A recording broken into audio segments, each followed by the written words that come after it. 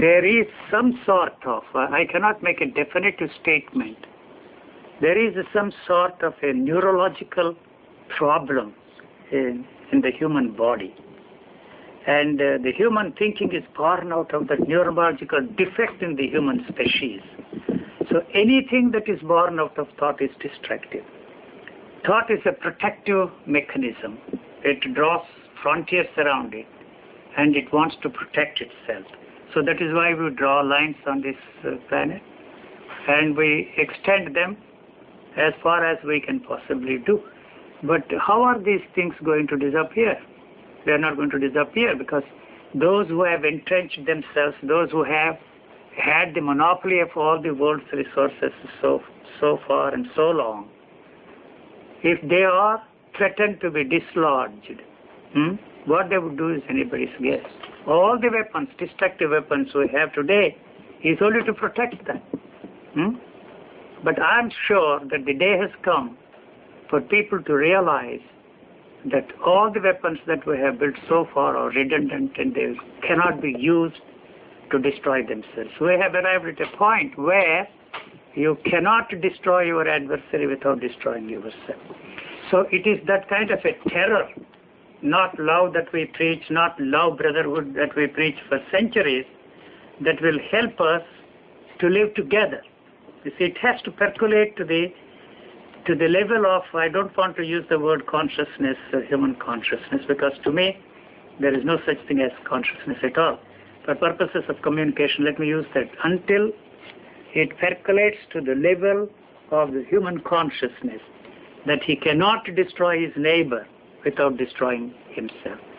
I don't think we have come to that point. You see, whenever and wherever there is an edge over the adversary or your neighbor, we will still continue to exercise, you see, what we have been able to hold on together for centuries, you see. So, how are we going to solve the problem? All the utopias have failed. You know, the whole mischief originated in the religious thinking of man.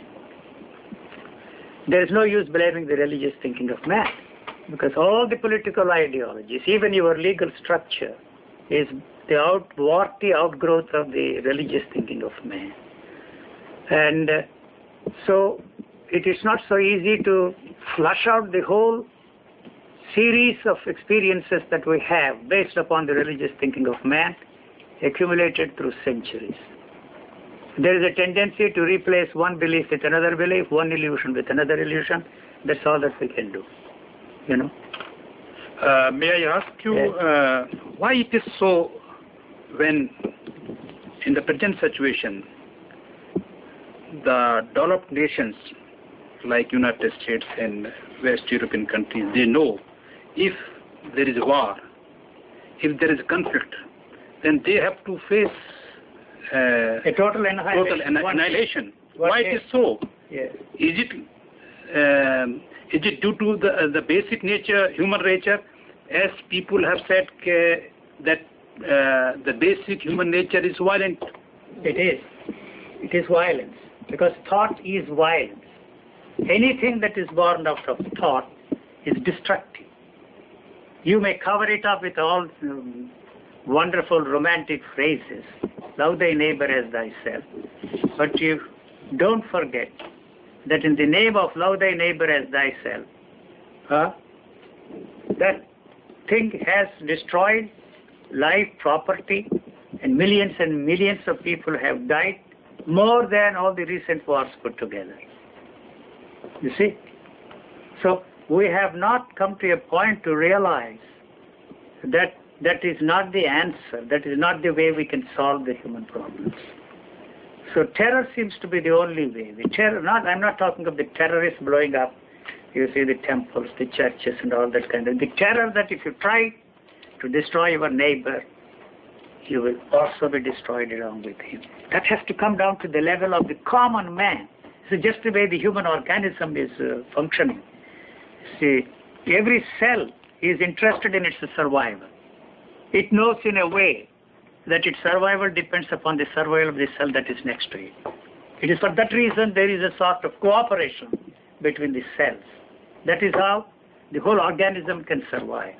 It is not interested in utopias. It is not interested in your wonderful religious ideas. It is not interested in peace. It's not interested in bliss. It's not interested in beatitude. It is not interested in anything. Its only interest is to survive. That's all it is interested in. The survival depends upon the survival of the cell next to it, and your survival, my survival, depends upon the survival of our neighbor. Can I understand what you spoke, that only course for humanity to survive, a human race to survive, is to develop the concept, or you can say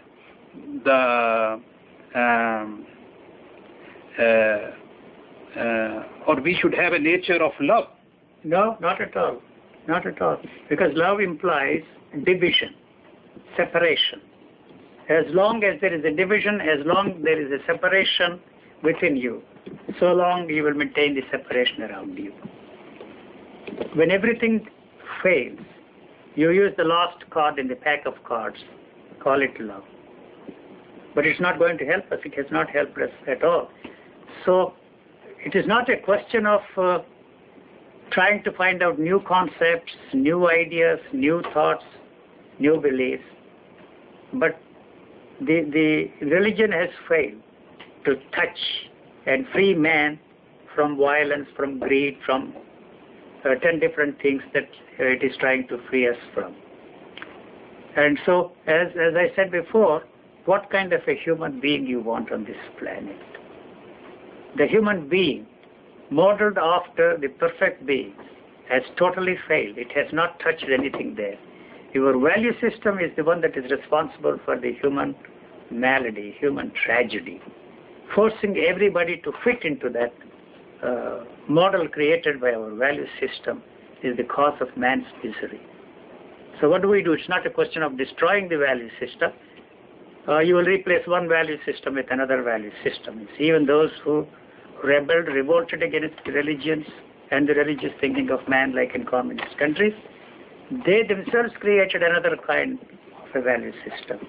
So revolution does not mean the end of anything. It's only a revaluation of our value systems. And so that needs another revolution. It goes on and on and on. That's not the way. The only answer to the human problem is, if there is any answer, it is not through new ideas, it is not through new concepts, it's not through any new ideology, but through bringing about a change in the chemistry of the human body. There is also a danger. When once we perfect the genetic engineering and change the human beings, there is a tendency to hand it over to the state.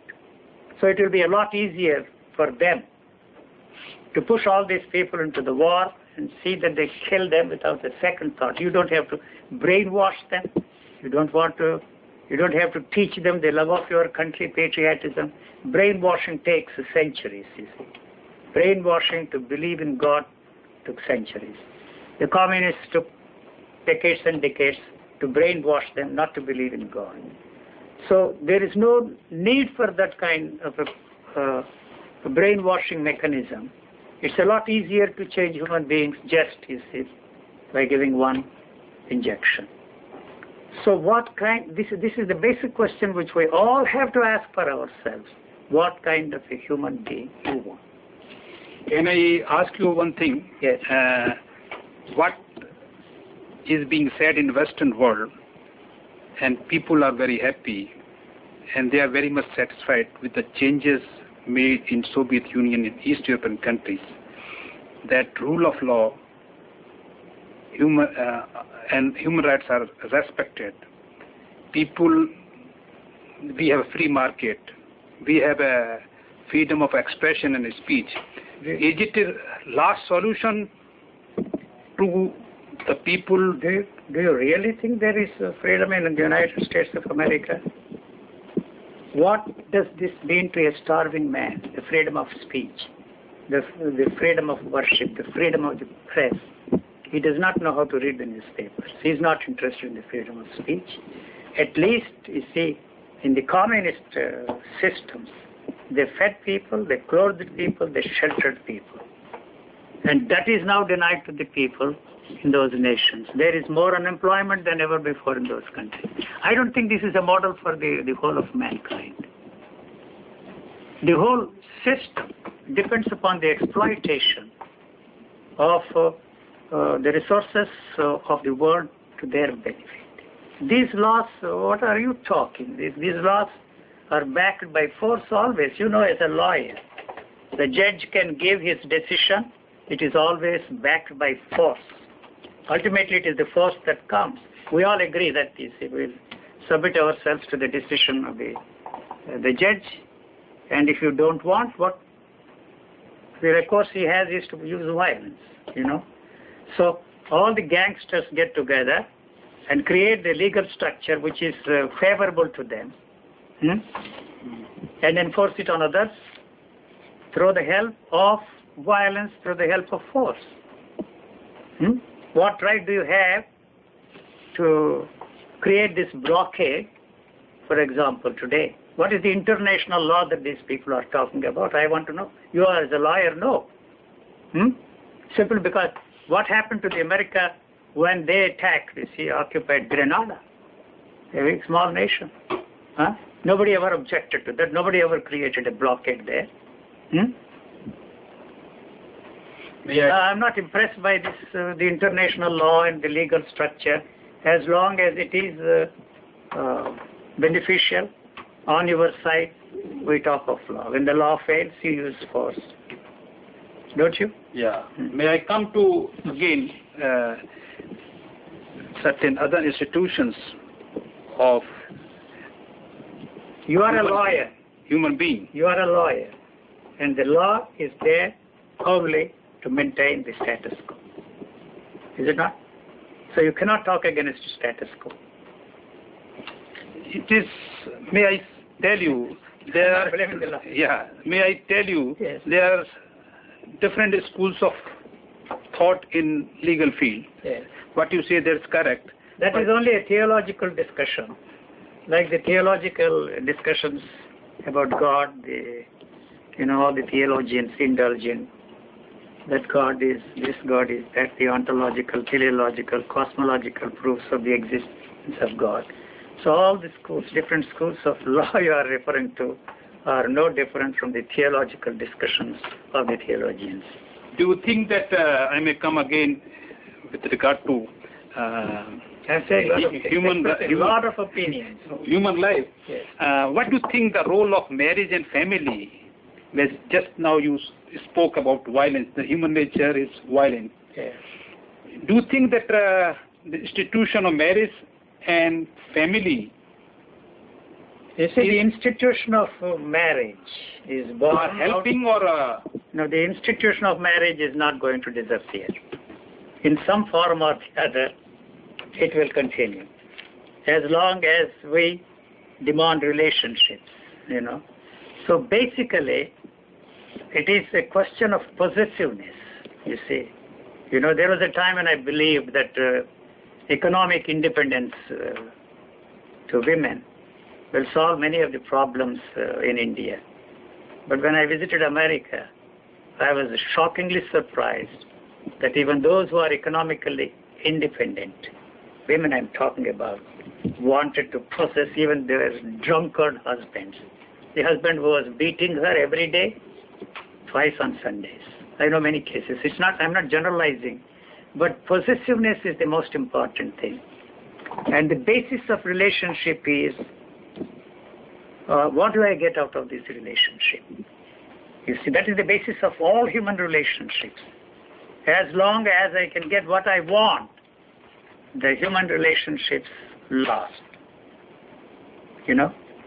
So the marriage institution will somehow continue, because it's not just the relationship between the two people. The children are involved. The property is involved.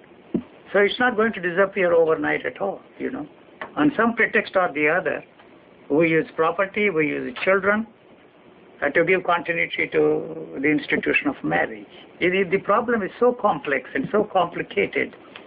It is not so easy for anybody to come up with easy answers on that age-old institution of marriage. I can tell you one thing. A lot of couples come to see me with their problems. And unmarried couples, unwed couples, if you listen to their stories, their misery you cannot imagine. And yet they cannot part company. You know? Unmarried couples are more miserable than married couples. So the answer is not so easy. See, I don't see, as long as we want to establish relationships, so long this institution will remain. Maybe it will be modified, changed to suit the changing conditions. You know, one leader of the feminist movement, I'm a very crude, brutal man, came to see me. She asked me, what do you think of the feminist movement? I said, I'm on your side. By all means, fight for your rights. But remember this, as long as you depend upon a man for your sexual needs, so long you are not free. The other way around also is true. You can satisfy your sexual needs with the help of a vibrator, that's a different matter. But if you want a man to satisfy your sexual needs, you are not free. You know, to some extent you are free. You can fight for your freedom. You see, it's not so simple. You see, they can, I don't know. What do you feel when you say family is not a solution, unwed relations are not solution to the human being? I mean, male and female relations. What institution you have in mind for I don't have it. The institutions are responsible for the misery of mankind. There is no way you can change, modify these institutions. You see, it's a lot easier for people in India to divorce than it was in my own time. There was no question of me divorcing my wife at that time or my wife divorcing me. You know? Now it's a lot easier. See, the change in conditions are responsible for the changing of our ideas, but that does not mean that it has this easy, simple solution for that, you know. Will there not be any anarchy if you, neither you you support or you think that family marriage institutions are okay or good for the male and female relations? If they are ready to accept the misery, it's well and good. It's a miserable situation. They are not happy, are they? Then for the survival of... the anarchy, total anarchy is a state of being rather than a state of doing. There is no action in total anarchy. It's a state of being. So why are we frightened of anarchy?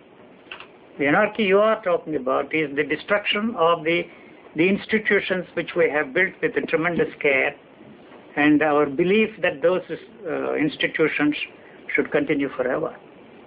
So it is that we are fighting for to preserve them in their pristine purity. Are you not worried about the future of old and children when there is no family?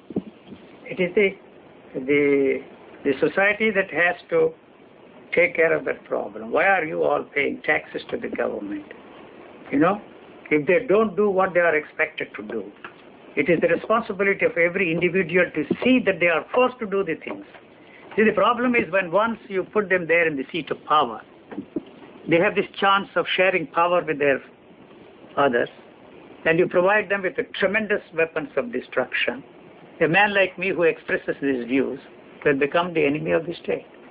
They will not hesitate to destroy me. I don't care if I am destroyed. If they say don't talk, I will stop talking. I don't believe in freedom of speech at all.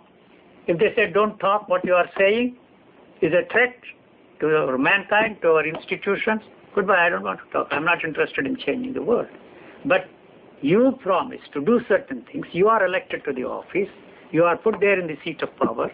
Unfortunately, you provide them with the most destructive weapons, and so he will not hesitate to use them against you and me. You know, There is no way you can use your nuclear weapons. Huh?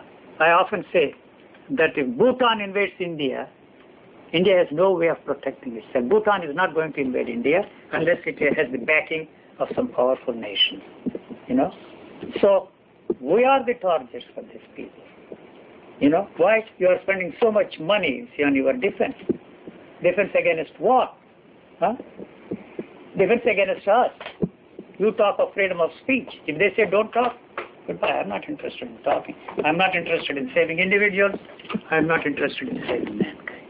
You spoke about the state collecting taxes, and the state should do social security to hold people. I do not see any reason why anybody should starve on this planet. So, what are you doing to solve this problem? You may very well throw that question at me. I have not set myself up in the business of running this world. You know, they have set themselves up in the business of ruling the country. What justification do you have to see that 40% of the people are allowed to starve in India today? It is neither spiritual, it's not nor humane. It is not a human act. It is inhuman to let your fellow beings starve. When we have invented, the religion has invented a wonderful thing called charity. It is the most vicious and vulgar thing that we have done by creating the institution of charity. Not only that, you don't stop there and you give a Nobel Prize to somebody because of the charitable work that particular individual is doing. That's the most vicious and vulgar thing that religious man has come up with. He has a right. Nature has provided us with bounty. So we are individually responsible for that. Don't ask me what are you doing for that. I'm not here, you see, running a crusade against the people. You have set yourself up to solve these problems. If you don't do it, something wrong, not with the leaders, but with the people who have put them there in the seat of power. And if they don't do what they are expected to do, change the government. So I have no business to tell how to run these governments. I am not running the governments at all. What business do I have to tell them this is the way you should run the government? You know? I don't believe in what we were taught in the schools. It is the responsibility of everybody, you know, to contribute his mite, his share. Other series of words you can use to say that the world remains exactly the way it has been forever. Nobody wants any change.